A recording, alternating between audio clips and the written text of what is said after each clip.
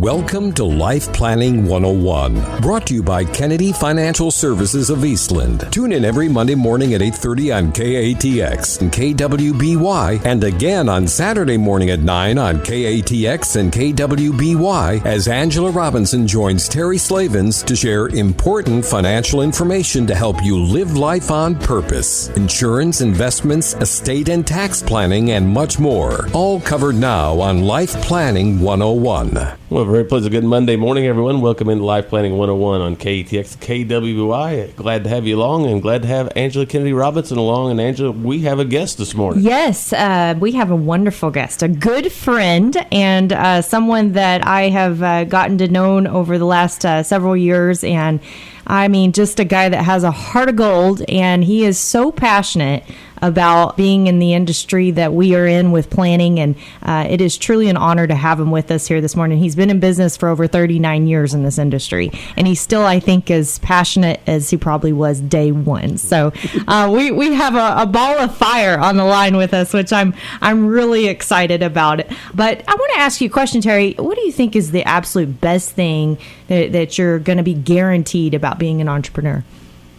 The best thing you're going to be guaranteed, well, I guess freedom of time. Yeah. Freedom of time. Yep. Freedom, pride, maybe, and sometimes money.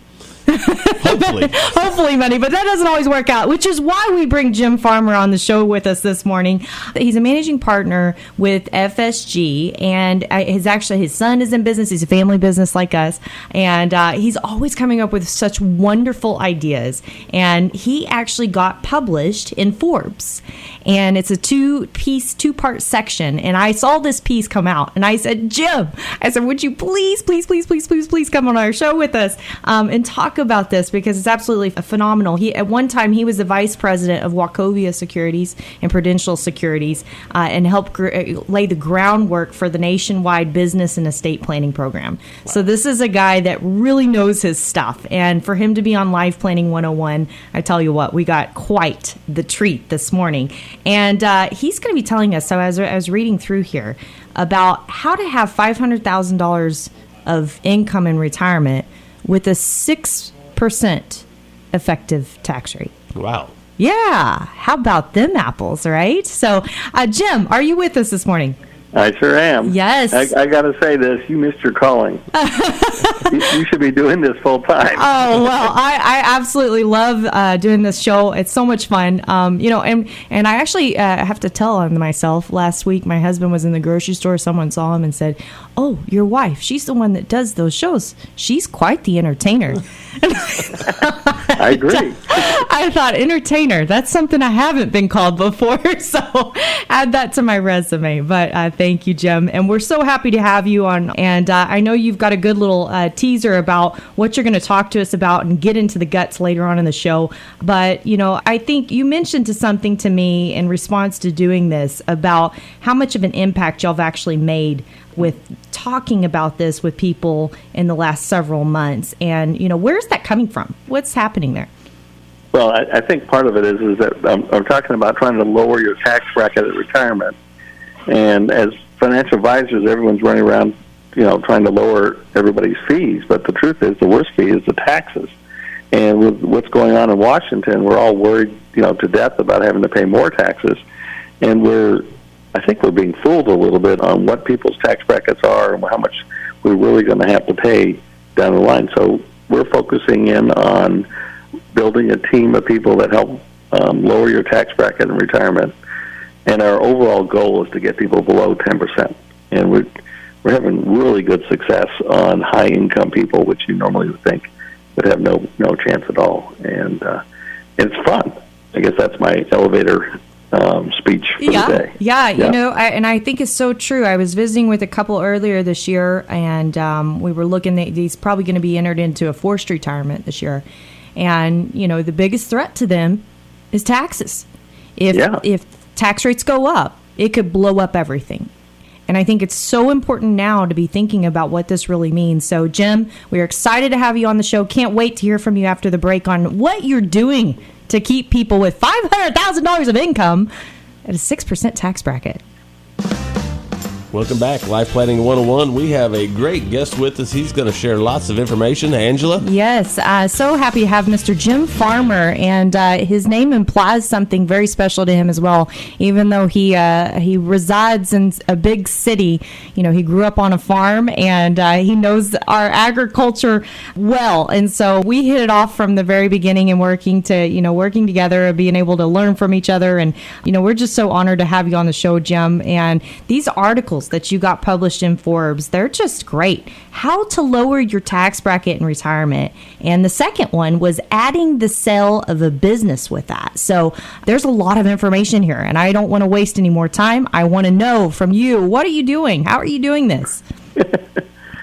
Well, what we're doing is very similar to estate planning. And we kind of, in those days, we would do a really good fact finder and then come up with all kinds of strategies on how to pay no estate tax when you die. And now we're focusing in on your retirement income.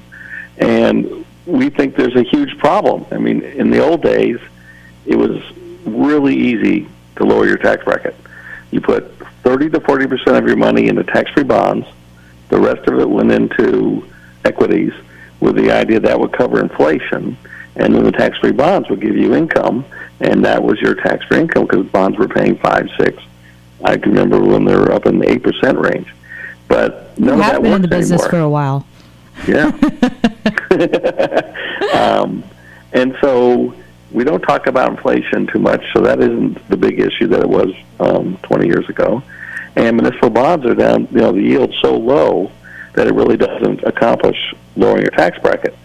And when you look at people's portfolios, they have a lot of qualified money and they have marketable securities, but they don't have a good tax-free bucket anymore.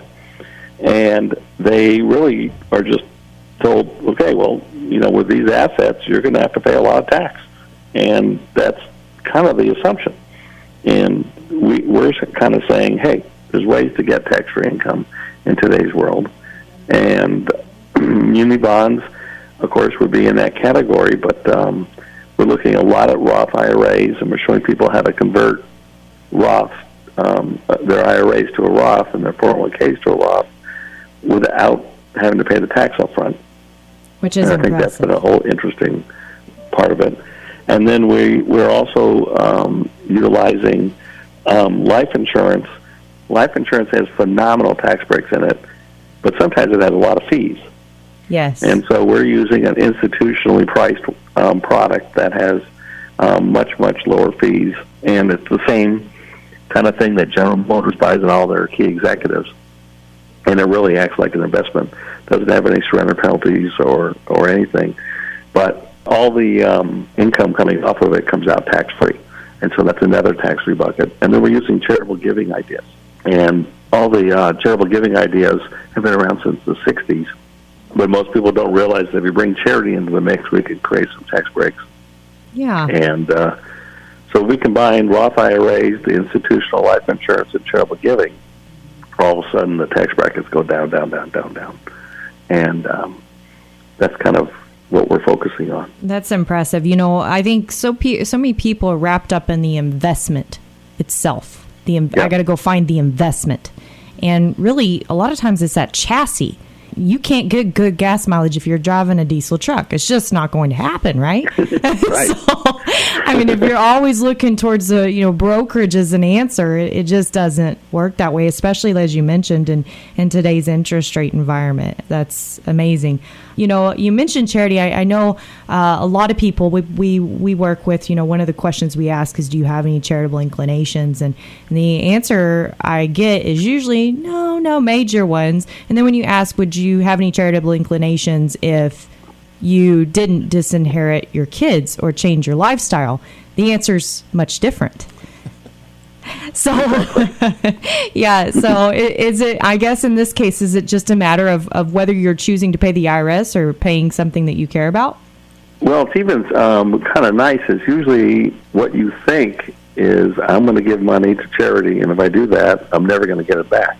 But there are ways to give to charity and get things back right away, right? Or in the future. And the interest rate environment we're in creates different tax deductions that were available 5-10 years ago. The tax deductions now are higher. And that's something that we don't hear, that I can do more tax deductions than before. That doesn't happen very often. And would you like me to explain one of them that we're doing? Yeah, that would be awesome. I think our listeners would love that. So there's something called the Charitable Lead Trust. And the way this works is you put money into it. I'm just going to use an example. $1 million goes into the lead trust. And let's say you're a 50-year-old. We might design that for 20 years of payments to charity. And what we have to do is we give 5% a year to charity. So in this example, $50,000 a year goes to charity. Sometimes we give it directly to charity, and sometimes we put it into what's called the donor advised fund, which would be a place that is actually just growing and creating a little charitable account for you in your future. And at the end of the period, the money goes back to you. And what we tend to do is fund that with that institutional life insurance policy. And as long as we earn 5% or more, just to let you know, the investments in there are 80 different mutual funds, the big name funds. It looks just like your 401k plan. So there's American funds and BlackRock and Lazar and PIMCO and just a lot of big name funds, just like your 401k might look. And if it does better than 5%, we're going to get more money when it comes out on the back end.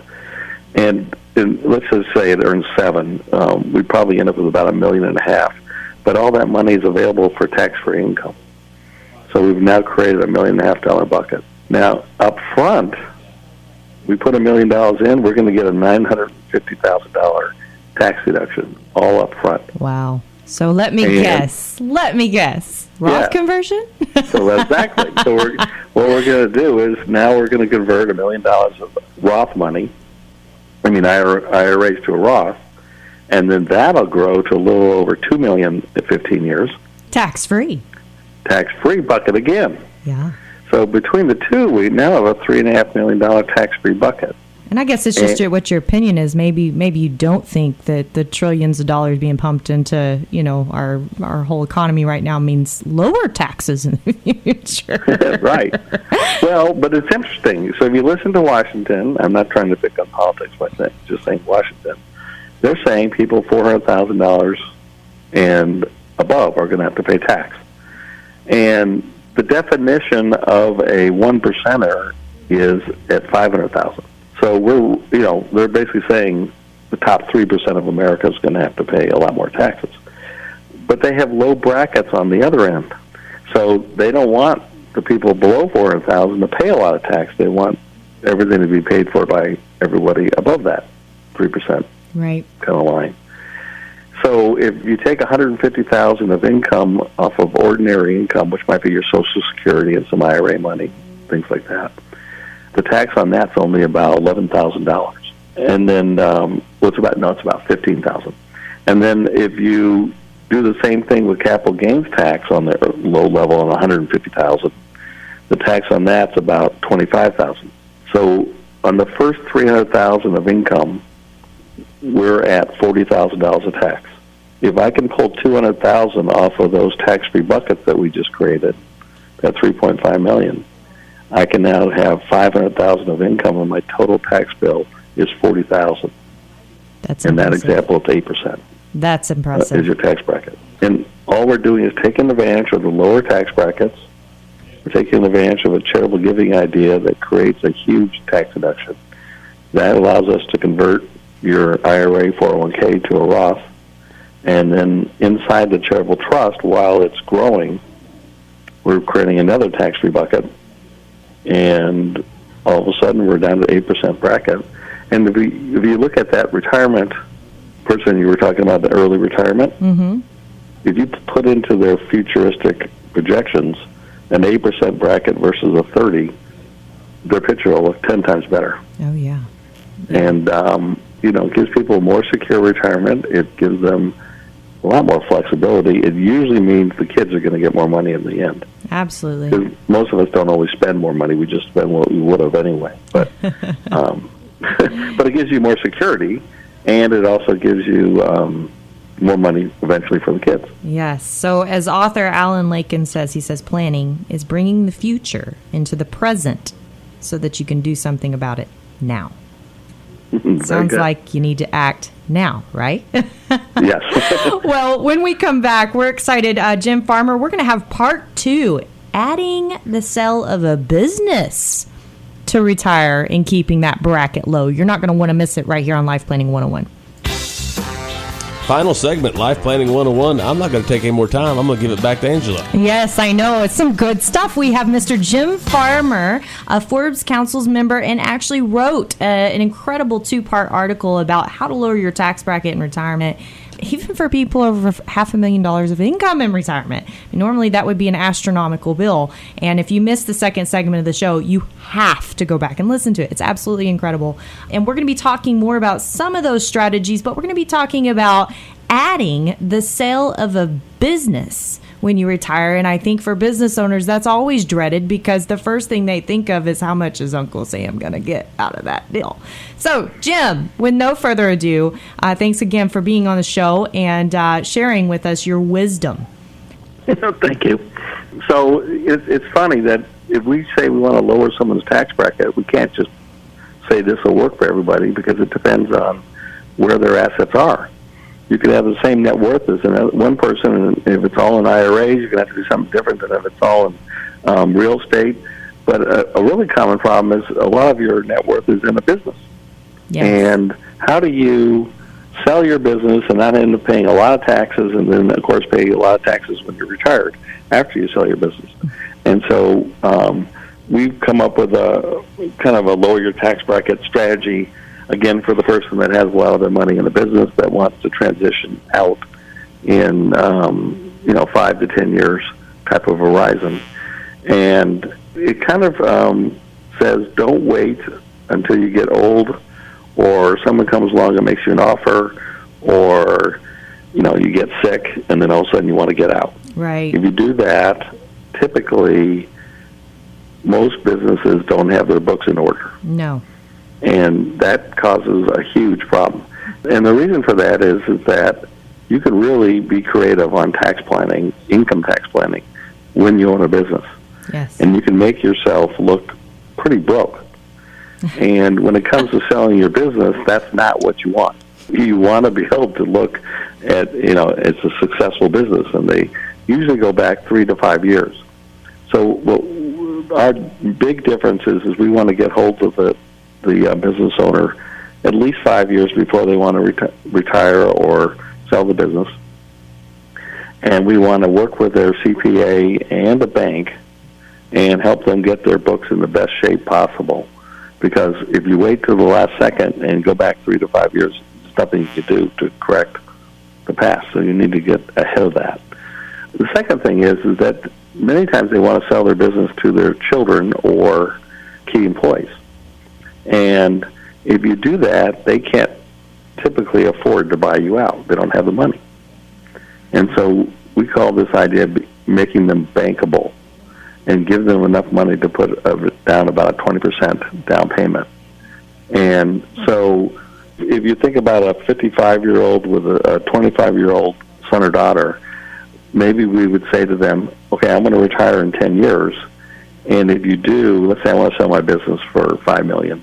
If you do, I will, if you're still here and everything's going well, I'm going to bonus you $1.5 million in 10 years, and you're going to use that to buy me out. And that would be a promise. That's called non-qualified deferred compensation or a golden handcuff. So if the son doesn't want to stay, then he's walking away from that potential bonus in the future. And we fund, this gets a little complicated, but we fund the promise. The father puts away money outside of the company, and eventually the money, he'll have $1.5 million saved up in the 10-year period. We'll build a program to do that effectively. And we use that institutional life insurance, which is it's designed for corporations to buy it, but you don't have to be a corporation. And again, the fees are really low and it's all tax favored. And so 10 years jumps ahead. His books are in good order. The bank is all in agreement that the books look good. That's an important part because what we want to do is have the son buy him completely out. And so he's going to get bonused $1.5 million. that's going to be the first tax break that the father's going to get. He's going to get the tax deduct, the bonus. Now, the son's going to have to pay tax on it, so he'll net about $1 million, and that'll become the down payment on the $5 million buyout. The banker's already in agreement, so the bank's going to lend the $5 million, and now the son's going to own the company outright, and the father's going to have the full $5 million, and we don't have to worry about the son failing and him losing all of his money.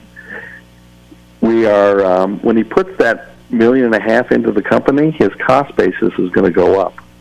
So he's going to pay less capital gains tax on that sale of the business. So that's the first thing we do. And the second thing we do... And it's a single tax. If I'm hearing this right, it's taxed once rather than twice. Right. He got double dipped. Yep. Double dipped. Yep. You got the income tax deduction, and then you got a higher cost basis. And then when he sells the company, we're going to pay the money back to the life insurance policy, and he's going to take tax-free income off of that.